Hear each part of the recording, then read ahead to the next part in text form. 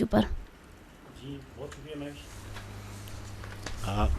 عظیم سپہ سالار کا خطاب اور ایک ویژنری لیڈر کا خطاب، امریکن صدر ڈونلڈ ٹرمپ کی منہ سے نکلنا یہ الفاظ، یہ واقعی بہت بڑی اہمیت ہے. میں یہ سمجھتا ہوں کہ عسکری قیادت مکمل طور پر سفارتکاری میں اس ٹائم پیش ہے اس وقت، اور ایک اعلیٰ ترین جو سفارتکاری ہے اس کا ثبوت دے رہی ہے. جس طریقے سے پچھلے 3 سال پہلے یا 3 سال جو ایک بیانیہ انڈیا نے پاکستان کے خلاف ایک زہر اگلنا شروع کیا تھا اور ایک خاص بیانیہ بنایا تھا کہ یہ ایک دہشت گرد ریاست ہے، وہ بیانیہ اب دفن ہوتا ہوا نظر آ رہا ہے. اس میں کوئی شک والی بات نہیں کہ 19 جون کو جو فیلڈ مارشل کی 2 گھنٹے کی تقریباً طویل ملاقات صدر ڈونلڈ ٹرمپ کے ساتھ ہوئی تھی، اس میں کچھ چیزیں طے ہوئی تھیں، اور اس خطے میں ہمارا ایک کردار جو ہے وہ طے ہوا تھا کہ اس خطے میں ہم نے کیا اہم کردار ادا کرنا ہے. الحمدللہ ہمارا خطے میں جو امریکن اس ٹائم سب سے کم ٹریڈ ٹیرف ہے وہ 19% ہے جو پاکستان کے اوپر ہے. ہمارے ساتھ چائنا ہے، اس کا 30% ہے. اچھا پاکستان، اس کے علاوہ جو انڈیا ہے وہ 50 سے تقریباً آلموسٹ آئی تھنک اس سے بھی اوپر کی بات کر رہے ہیں کہ وہ ہے اور ہو سکتا ہے. تو اس وقت اگر دیکھا جائے سفارتکاری کے لحاظ سے جو بیانیہ انڈیا کا تھا پاکستان کے بارے میں وہ تو دفن ہی ہو چکا ہے، لیکن پاکستان کو اللہ تعالیٰ نے اس ٹائم سرخ رو کیا. اور عسکری جو قیادت ہے خصوصی طور پر میں ان کو یہ اس میں کوئی شک والی بات نہیں ہے کہ انہوں نے ایک اہم کردار ادا کیا.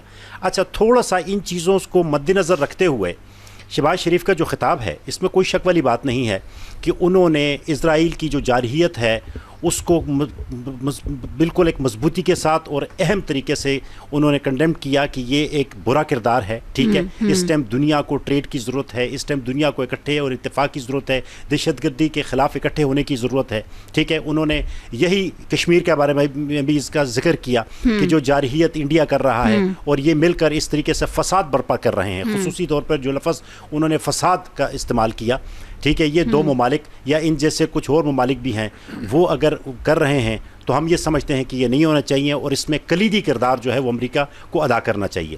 اچھا میں یہ اس چیز کا ذکر یہاں ضرور کرنا چاہوں گا کہ یہ ہو کیوں رہا ہے، یہ امریکہ پاکستان اتنے قربت کیوں کیسے ہوئی. اس میں ہر ممالک کے کچھ اپنے مفادات ہوتے ہیں. اگر آپ اس کو خصوصی طور پر دیکھیں تو امریکہ نے افغانستان میں $800 بلین کا نقصان کیا پچھلے 10 سالوں میں. 25,000 کے قریب جو ٹروپس ہیں وہ مارے گئے. امریکہ اب یہ چاہتا ہے کہ ان کا تو صرف ایک فوجی جو ہے وہ $1 لاکھ کا ان کو پڑتا ہے ایک مہینے کا. تو وہ یہ چاہتے ہیں کہ جب پاکستان جیسے ایک غیور قسم کے لوگ ان کے ساتھ ایز اے فرینڈشپ میں آتے ہیں، ٹھیک ہے، اور ایک بائلیٹرل ایک جو ہمارے آپس میں ایشوز ہیں وہ سالو ہو جاتی ہیں. ٹھیک ہے، ہم ان کے ساتھ مل کر پوری دنیا میں اگر دہشت گردی کے خلاف ہم جنگ میں حصہ لے سکتے ہیں تو کیوں نہیں وہ ہمیں اس خطے کا میں ایک اہم کردار دیں. ٹھیک ہے، اور یہ بھی اس میں بھی کوئی شک والی بات نہیں ہے. اس میں تو سورہ صاحب خطے کے مفادات کو تو مد نظر رکھا ہی جا رہا ہے، لیکن کچھ تاثر تو یوں بھی دیا جا رہا ہے نا کہ اچانک جو امریکہ پاکستان پر مہربان ہو رہا ہے یا ڈونلڈ ٹرمپ صاحب ہیں اتنی نزدیکیاں اور اتنی قربتیں دکھانا، تو کیا اس کو کوئی کسی کہتے ہیں نا منفی اس کا جو پہلو ہے اب آپ سمجھتے ہیں کچھ ہے بھی یا جسٹ پروپیگنڈاز ہیں؟ دیکھیں امریکہ کو اس بات یہ بات باور ہو چکی ہے کہ پوری دنیا میں امریکہ نے اس وقت جو اپنے ٹروپس جو ہیں وہ اتارے ہیں دہشت گردی کے خلاف. بہت سارے ممالک جو ہیں ان کی سیف سائٹ فیسنگ کے لیے وہاں پر بہت نقصان امریکہ نے کر لیا ہے، بلینز آف ڈالرز کے نقصان کیے ہیں. یہ اپنی ان کی جو فائنینشیل مینجمنٹ ہے ان کو مد نظر رکھتے ہوئے وہ یہ چاہتے ہیں کہ وہ بہت سارے ممالک کے ساتھ جس طرح خصوصی طور پر پاکستان ہے، ٹھیک ہے، ان کے ساتھ ہاتھ ملائیں، ان کے ساتھ ایک جوائنٹ قسم کی کمیٹیز میں جائیں، ایک جوائنٹ وینچر میں جائیں اور اپنے نقصانات کو کم سے کم کریں. امریکہ سے نزدیک جو ہونا ہے وہ کہیں چین سے دوری کا سبب تو نہیں بن سکیں گی یا کوئی بیلنس کر سکیں؟ پاکستان کو اللہ تعالیٰ نے یہ اہمیت اس ٹائم دے دی ہے، بلکہ فیلڈ مارشل صاحب کو، کہ پچھلے تقریباً کوئی 1 سال میں فیلڈ مارشل کی اس ٹائم 4 ملاقاتیں ہو چکی ہیں.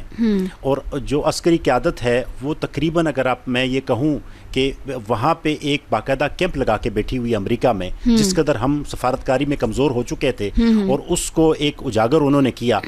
میں تو یہ سمجھتا ہوں کہ امریکہ اور پاکستان امریکہ اور چائنا کے درمیان ایک برج کا رول پلے کر سکتا ہے.